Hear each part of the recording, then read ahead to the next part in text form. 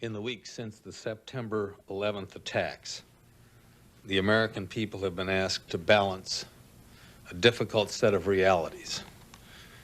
We've asked Americans to go about their lives with a new sense of awareness of the danger that terrorism brings to us, a danger which continues to darken America. We have encouraged Americans to be active but vigilant, calm but alert. We're extremely gratified with the response that we've seen from the people. Overwhelmingly, Americans have responded to the reality of terrorism with both understanding and responsibility. A few isolated individuals, however, have seen fit to compound the concerns of America and of Americans by perpetrating false threats of anthrax attacks. These acts are serious violations of the law and grotesque transgressions of the public trust. False terrorist threats tax the resources of an already overburdened enforcement system and a public health system. They create illegitimate alarm in a time of legitimate concern. Terrorism hoaxes are not victimless crimes, but are the destructive acts of cowards.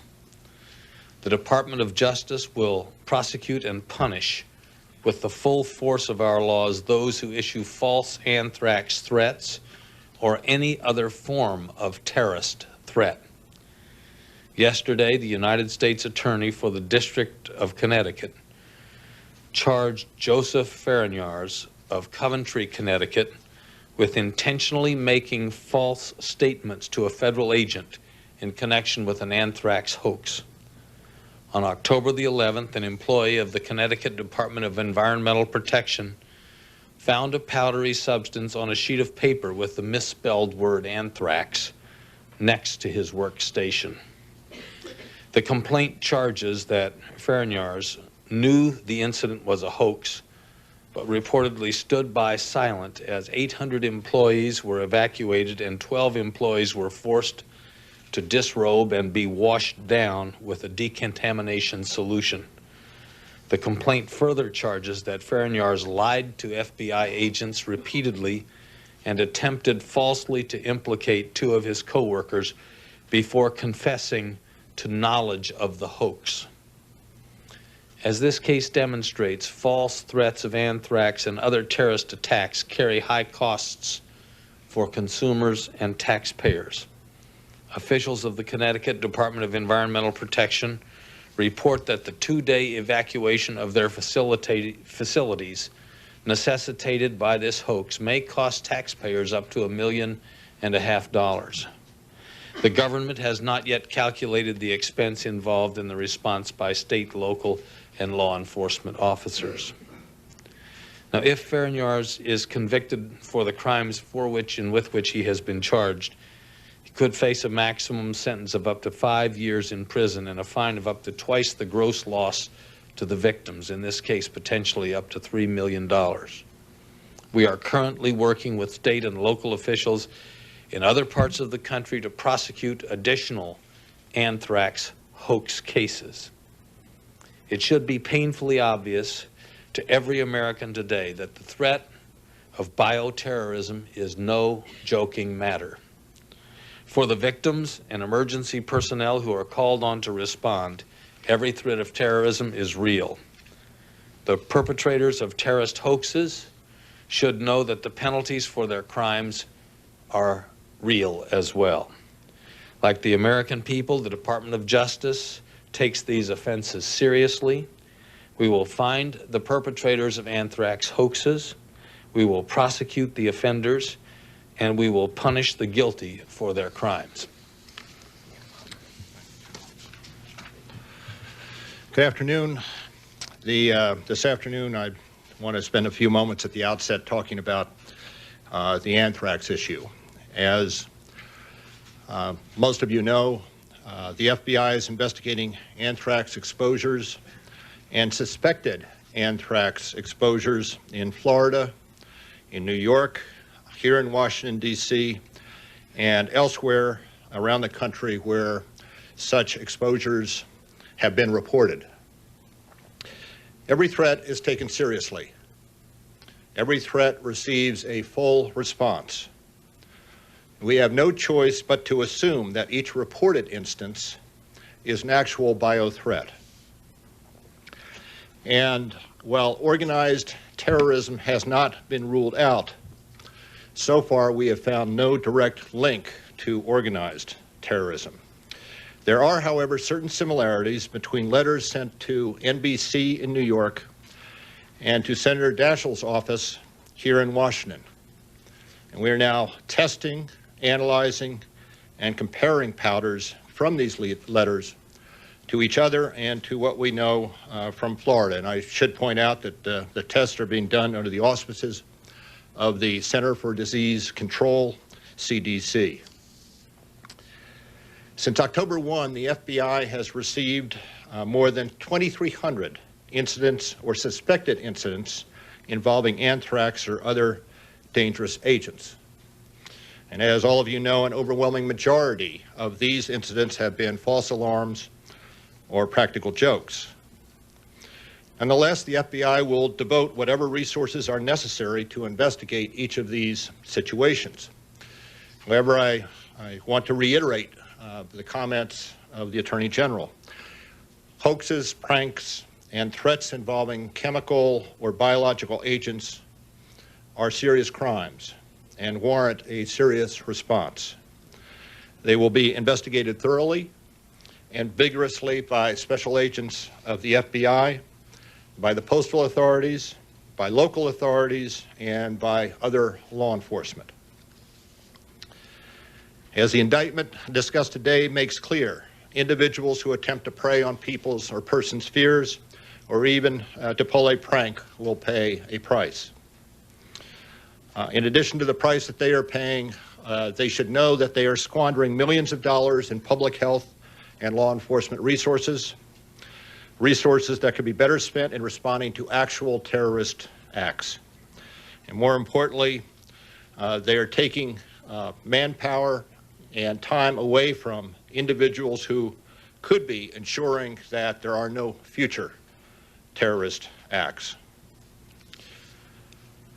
As incidents arise, we are working closely with the Centers for Disease Control, with city and state public health officials, and with a host of federal, state, and local law enforcement authorities. We greatly appreciate the help and expertise. FBI investigators and specially trained scientists, public safety officers, and hazardous materials response experts are being called upon as needed, whether they be at the federal government level or the state or the local level.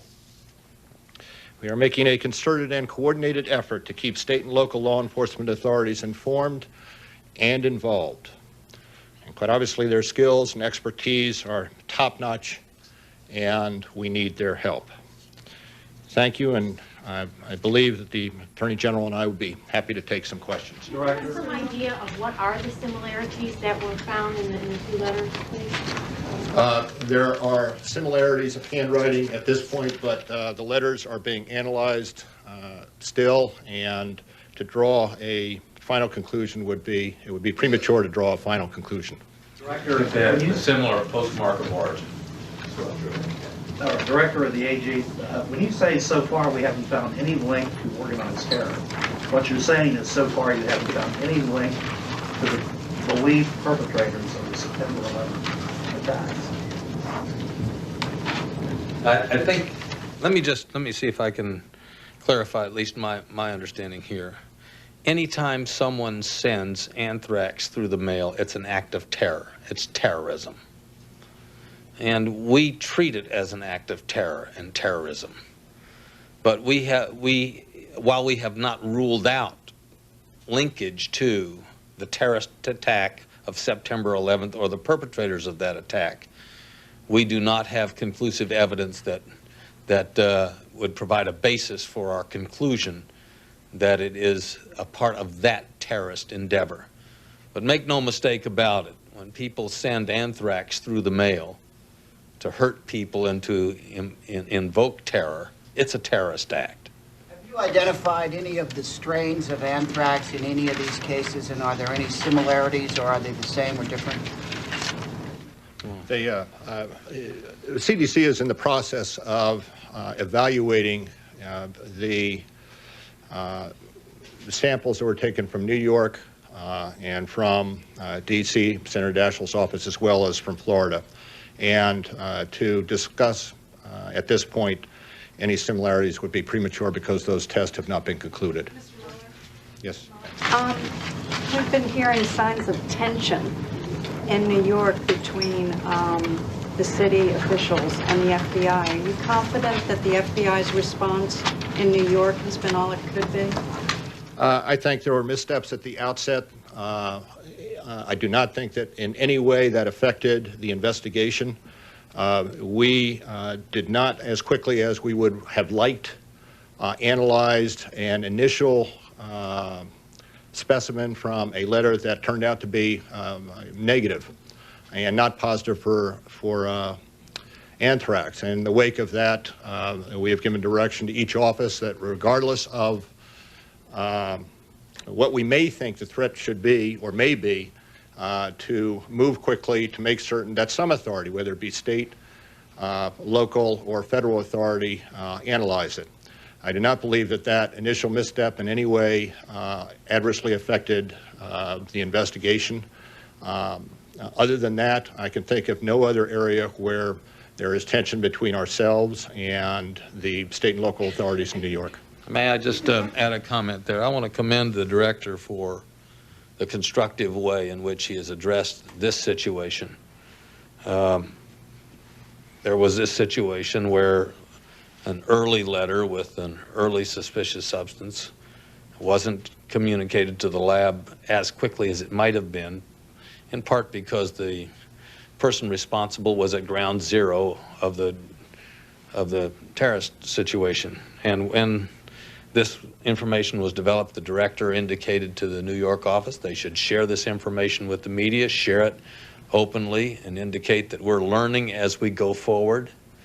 Great organizations are organizations that know how to learn in the process of their activities to improve, and I commend the Bureau and the director. And I am in contact regularly with individuals in the New York community, and I believe our working relationship is very strong. And I appreciate that fact, and I'm grateful for the kind of communication that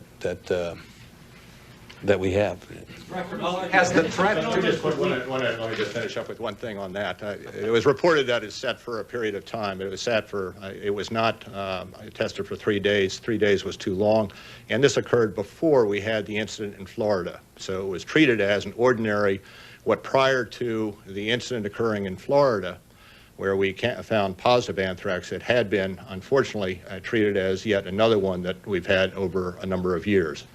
So that's just to put that in context. Somebody else had a question? Has the threat diminished at all since your warning from last week? The threat, since the warning of last week, the threats have not diminished. However, when we issued the warning last week, it was with a specific time parameter. We are still within that time parameter, although, as I think you all know now, it was without any specificity as to target or mechanism whereby the terrorist attack would be carried out. But because it was specific with regard to time, it was our belief that federal, state, and local law enforcement should be on a higher state of alert, and we remain on a higher state of alert. Quite obviously, the incidence of anthrax exposures in the last couple of days warrants such a continued state of alert. Some people have said that because of the public health implications here, that this is not like other investigations, criminal investigations, that there's such an important preventive aspect to this, that the government's information flow needs to be faster to give more assurance to the public. Are you satisfied with the way that the government has provided information, and could it, on the investigative front, be a little swifter and more complete in order to give more assurance to the public? Well, let me first confirm the fact that prevention sometimes requires a different conduct on the part of an agency than prosecution does. And we've had to reorient ourselves in the context of terrorism to understand that prevention is our top priority. And I believe we're doing that well. We have as the director mentioned, we've been doing a couple hundred cases a year on anthrax for quite some time. But in this context, we are sharing information, but it is very important that we share accurate information. And that we don't misinterpret sometimes preliminary indications or leap to conclusions that are inappropriate. But for prevention purposes, we have to get information to law enforcement agencies and to prevention responsible institutions at the earliest possible time. And in that event, we err on the side of sharing information.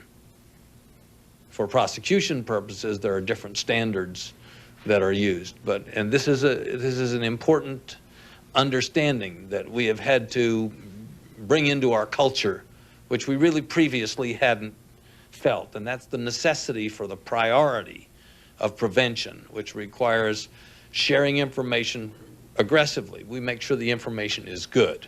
There's nothing that would destabilize or otherwise erode our capacity to serve well like information that was unreliable. So we try to make sure we develop the highest possible reliability. Yes, sir?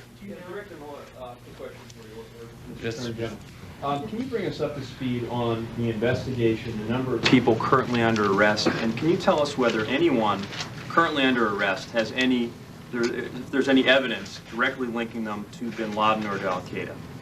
Well, I can't tell you the exact number of individuals under detention for a variety of reasons. As we have said before, in the course of the investigation, individuals have been detained where they have been interviewed and found to be out of status with their out of status with the Immigration Service, which warrants detention. They are here out of status, and deportation procedures will have been started.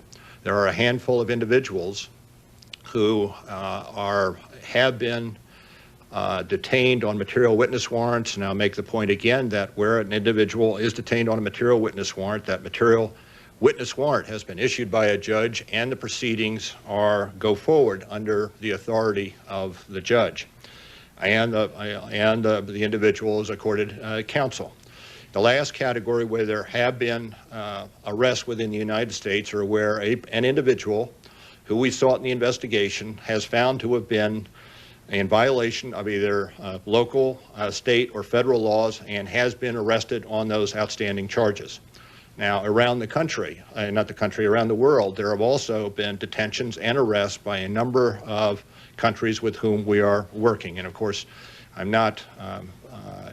I don't have the exact numbers there. My second question was on any links with the people arrested in this country detained, links to al-Qaeda or to bin Laden? I think it is not appropriate at this point to discuss what we have come across in the investigation with regard to that which may be considered evidence. General Ashcroft, you're meeting later today with Arab American leaders. Can you tell us along those lines how you plan to address and answer concerns about treatment of some of the 700 who are in custody, about access to lawyers, about adequate facilities and time for prayer, concerns that have now come up in the last few days? Well, we have, first of all, detained only individuals who are in violation of the law, are illegally in the country, or are being detained as a result of a court-ordered material witness warrant. Secondly, each person detained has been accorded a right to counsel, so that those who have been detained are being given rights, and those rights are accorded. Thirdly, I would be happy to hear from individuals if there are any alleged abuses of individuals, because that is not the way we do business.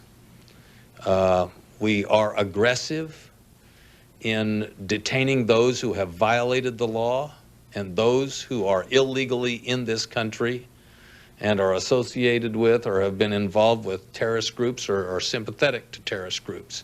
But we will respect the constitutional rights, and we will respect the dignity of individuals. I might just add that I am pleased to meet with the group of both Sikh Americans and Arab Americans and Muslim Americans, and to assure them that it is the policy of the Justice Department to enforce laws that would guarantee that Americans, regardless of their national origin, are to be respected and their rights are to be safeguarded. Together with the FBI, and pleased always to work with the director, we are in the process of working on about 170 cases where there has been discrimination alleged in one way or another that relates to members of these communities. We are pursuing these cases aggressively, as we have indicated in other opportunities we've had to speak with you and discuss these cases. And I will be pleased to have their suggestions for other ways in which we can help provide a basis for the public's understanding that all Americans are to be respected and accorded the kind of dignity and integrity of their persons, and that any who infringe that undermine and erode a clear policy of this administration. Last, I would, and not least, of course, I would commend the President of the United States for his strong encouragement of these values being reflected in what we do, and thank the Director for his clear statements and his aggressive prioritizing of the rights of Americans in this respect, and I'm pleased to have joined them in that regard. Thank you all very much.